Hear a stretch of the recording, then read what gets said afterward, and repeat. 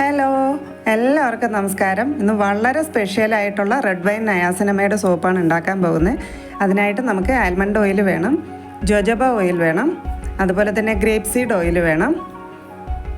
ഞാനിവിടെ ലാവണ്ടറിൻ്റെ എസൻഷ്യൽ ഓയിലാണ് എടുത്തിരിക്കുന്നത്. അതുപോലെ റെഡ് വൈൻ വേണം, 100% ആൽക്കഹോൾ ഫ്രീ ആയിട്ടുള്ള റെഡ് വൈനാണ് എടുത്തിരിക്കുന്നത്. പിന്നെ വൈറ്റമിൻ B3 വേണം, നയാസിനമൈഡ്. ഇത് ആമസോണിൽ വാങ്ങാൻ കിട്ടും. വാങ്ങുമ്പോൾ നല്ല ബ്രാൻഡ് നോക്കി തന്നെ വാങ്ങാൻ ശ്രദ്ധിക്കുക. അത് ഒരു 2 ഗ്രാം വേണം. പിന്നെ നമുക്ക് ഹണി വേണം. ഞാനിവിടെ 4 ഹവറിൻ്റെ ബി ഹണിയാണ് എടുത്തിരിക്കുന്നത്. പ്രോഡക്റ്റുകളെല്ലാം തന്നെ നല്ല ബ്രാൻഡ് നോക്കി എപ്പോഴും വാങ്ങാൻ ശ്രദ്ധിക്കുക. നമുക്കിനി വേണ്ടത് സോപ്പ് ബേസാണ്. ഞാനിവിടെ റെഡ് വൈൻ്റെ സോപ്പ് ബേസാണ് എടുത്തിരിക്കുന്നത്. ഇതിൽ പാരഫിൻ ഫ്രീ ആണ്, സൾഫേറ്റ് ഫ്രീ ആണ്, അതുപോലെ ആൽക്കഹോൾ ഒട്ടും തന്നെ ചേർത്തിട്ടില്ല, SLS ഫ്രീ ആണ്. ഇത് വീട്ടിൽ തന്നെ ഹാൻഡ് മെയ്ഡായിട്ട് ഉണ്ടാക്കുന്ന ഒരു സോപ്പ് ബേസാണ്.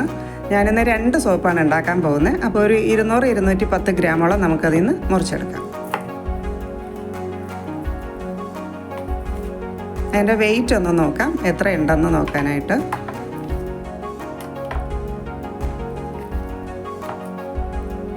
സോപ്പിൻ്റെ ഇങ്ങനെ ഗ്ലിസറിൻ കൂടുതലായിട്ട് ഇതിൽ ചേർത്തിട്ടുണ്ട്. അതുകൊണ്ടിട്ടാണ് സോപ്പ് ഇങ്ങനെ തെന്നിപ്പോകുന്നത്.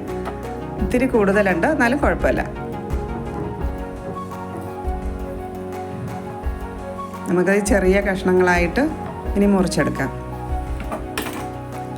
റെഡ് വൈൻ നയാസിനമൈഡ് ചേർത്ത ഈ സോപ്പ് സ്ഥിരമായിട്ട് ഉപയോഗിക്കുകയാണെങ്കിൽ നമ്മുടെ സ്കിന്നിൽ ഉണ്ടാകുന്ന ഹൈപ്പർ പിഗ്മെൻറ്റേഷൻ, ചില ആൾക്കാർക്ക് ഇങ്ങനെ ഫേസിൻ്റെ സൈഡിൽ 2 സൈഡിൽ നല്ല ഹൈപ്പർ പിഗ്മെൻറ്റേഷൻ ഉണ്ടാകും. അത് മാറാനായിട്ട് ഒത്തിരി സഹായിക്കും.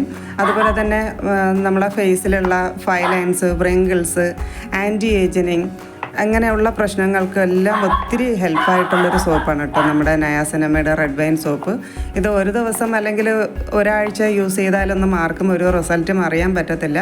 സ്ഥിരമായിട്ട് ഉപയോഗിക്കുക എന്നുള്ളതാണ്. സ്ഥിരമായിട്ട് ഉപയോഗിച്ചാൽ മാത്രമേ അതിന് നല്ലൊരു റിസൾട്ട് ഉണ്ടാവുകയുള്ളൂ. ഇത് എല്ലാവരും ട്രൈ ചെയ്ത് നോക്കണം. ഒരു പ്രാവശ്യമെങ്കിലും എല്ലാവരും ട്രൈ ചെയ്ത് നോക്കുക.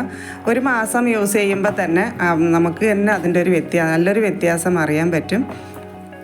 സ്കിന്നിലെ പിഗ്മെൻറ്റേഷനൊക്കെ നന്നായിട്ട് ലൈറ്റനായി തുടങ്ങും. അപ്പോൾ എല്ലാവരും ഈ ഒരു സോപ്പ് ഉണ്ടാക്കുക. അതുപോലെ തന്നെ ഇതിൽ അടങ്ങിയിരിക്കുന്ന നമ്മുടെ ഗ്രേപ്പ് സീഡ് ഓയിലായാലും ജോജോബ ഓയിലായാലും പിഗ്മെൻറ്റേഷൻ മാറാനായിട്ട് ഒത്തിരി സഹായിക്കുന്ന ഓയിൽസാണ് ഈ 2 ഓയിൽസും. നിങ്ങൾക്ക് ഗൂഗിളിൽ സെർച്ച് ചെയ്ത് നോക്കിയാൽ അറിയാൻ പറ്റും നമ്മുടെ നയാസിനമൈഡിൻ്റെയൊക്കെ ബെനിഫിറ്റ്സ് എന്താണെന്ന്. അപ്പോൾ ഇതൊരു ബൗളിലോട്ട് മാറ്റാം.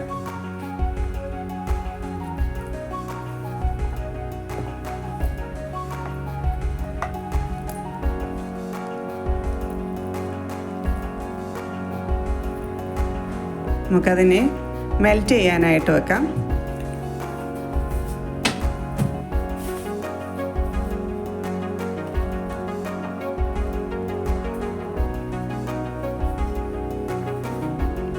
നയാസിനമൈഡ് മിക്സ് ചെയ്യാനായിട്ട് കുറച്ച് ചൂടുവെള്ളം എടുത്തിട്ടുണ്ട്.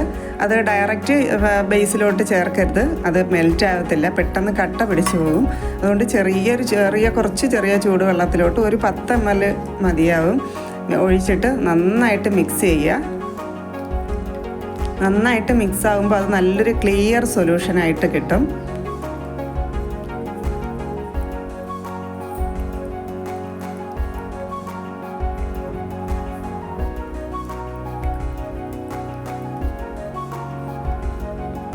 ഈ ഒരു സോപ്പ് ആരും മിക്സ് ചെയ്യരുത് കേട്ടോ. എല്ലാവരും ഉണ്ടാക്കി നോക്കുക, എല്ലാവരും ഉപയോഗിച്ച് നോക്കുക. അത്രയ്ക്ക് നല്ല റിസൾട്ട് ഉള്ളൊരു സോപ്പാണ്.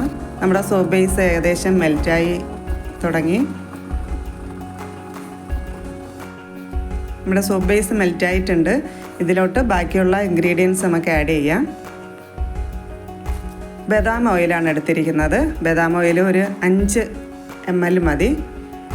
ഓൾറെഡി ഇതിൽ സോപ്പിൽ ഒത്തിരി ഓയിൽ ചേർത്തിട്ടാണ് സോപ്പ് ബേസ് ഉണ്ടാക്കിയിരിക്കുന്നത്. അതുകൊണ്ട് കൂടുതലായിട്ട് ഓയിൽ വേണമെന്നില്ല, 5 ml മതിയാവും. പിന്നെ നമുക്ക് ജോജോബ ഓയിലാണ് വേണ്ടത്. അത് ഒരു 2 ഗ്രാം ആഡ് ചെയ്യാം.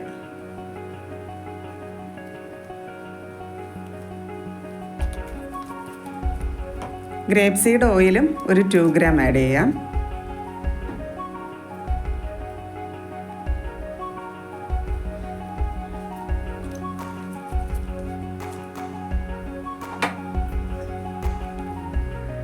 പിന്നെ നമുക്ക് വേണ്ടത് റെഡ് വൈനാണ്.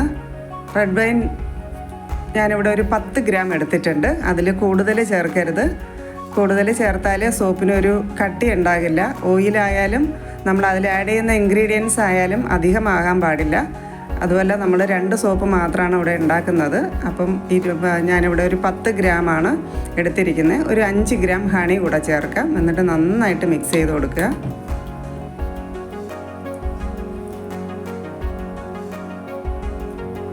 ഇതിലോട്ട് നമ്മൾ മിക്സ് ചെയ്ത നമ്മുടെ നയാസിനമൈഡിൻ്റെ സൊല്യൂഷൻ ചേർത്ത് കൊടുക്കുക.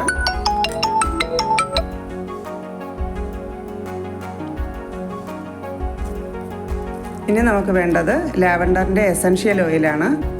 അത് ഒരു 5 ഗ്രാം മതി. നമുക്ക് 2 സോപ്പ് ആയതുകൊണ്ടിട്ട് 5 ml ഒന്നും വേണമെന്നില്ല. ഒരു 2 ml മതിയാകും. ഞാനിവിടെ സ്മെല്ല് കുറച്ച് കൂടുതൽ വേണമെന്ന് തോന്നിയതുകൊണ്ടാണ് ഞാനിവിടെ ഒരു 5 ml ആഡ് ചെയ്ത് കൊടുത്തിരിക്കുന്നത്. ഇനി നന്നായിട്ട് മിക്സ് ചെയ്യുക.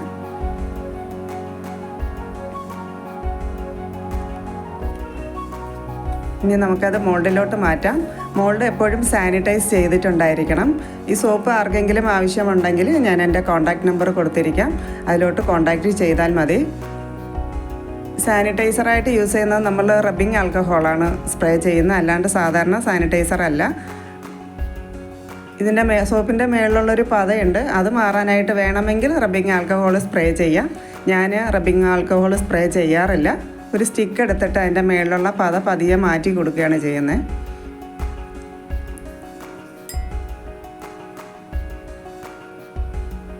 ഈ സോപ്പ് എല്ലാവരും ട്രൈ ചെയ്യാം കേട്ടോ. ഇനി ഒരു 3 മണിക്കൂർ കഴിഞ്ഞിട്ട് നമുക്കിത് അൺമോൾഡ് ചെയ്ത് കാണിക്കാം.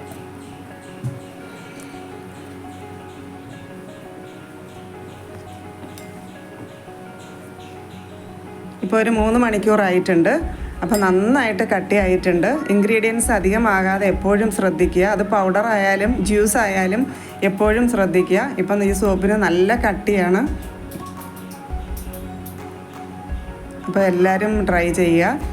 ഇനി അതുപോലെ തന്നെ അടുത്തൊരു പുതിയൊരു വീഡിയോ ആയിട്ട് പെട്ടെന്ന് തന്നെ വരും. എല്ലാവരും അതുപോലെ തന്നെ എല്ലാവരും വീഡിയോ ഇഷ്ടമായാൽ എല്ലാവരും സപ്പോർട്ട് ചെയ്യുക. ഇതുപോലെ എല്ലാവരും ഉണ്ടാക്കി നോക്കണം. അടുത്തൊരു വീഡിയോ ആയിട്ട് വരുന്നത് വരെ ബൈ.